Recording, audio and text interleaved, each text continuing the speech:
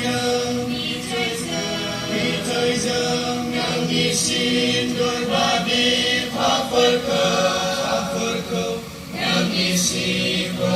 口masamai percarban Yesus Kristus ni getar treasure San Premasi suni katiau cahaya yang bini treasure mazam sabar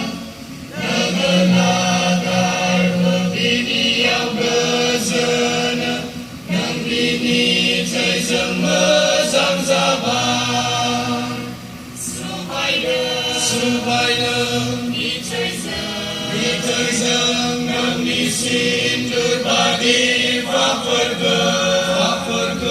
让你心分口masamai percarban Yesus Kristus ni getar treasure Yesus ana kuitin lanang ni simpra mazang zagan bini treasure na tanpa genan ni siwana surga bini treasure mazang zanana supaya ni treasure让你心